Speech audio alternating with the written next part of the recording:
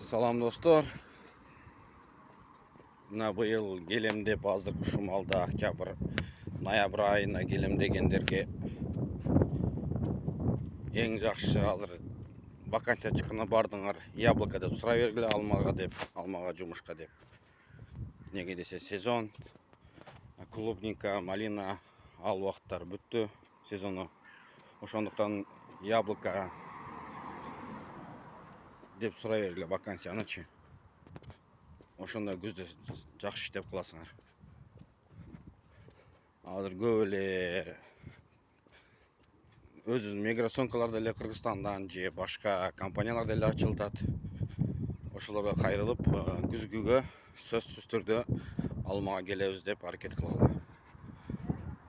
Ато малина клубниканын сезону бүттү.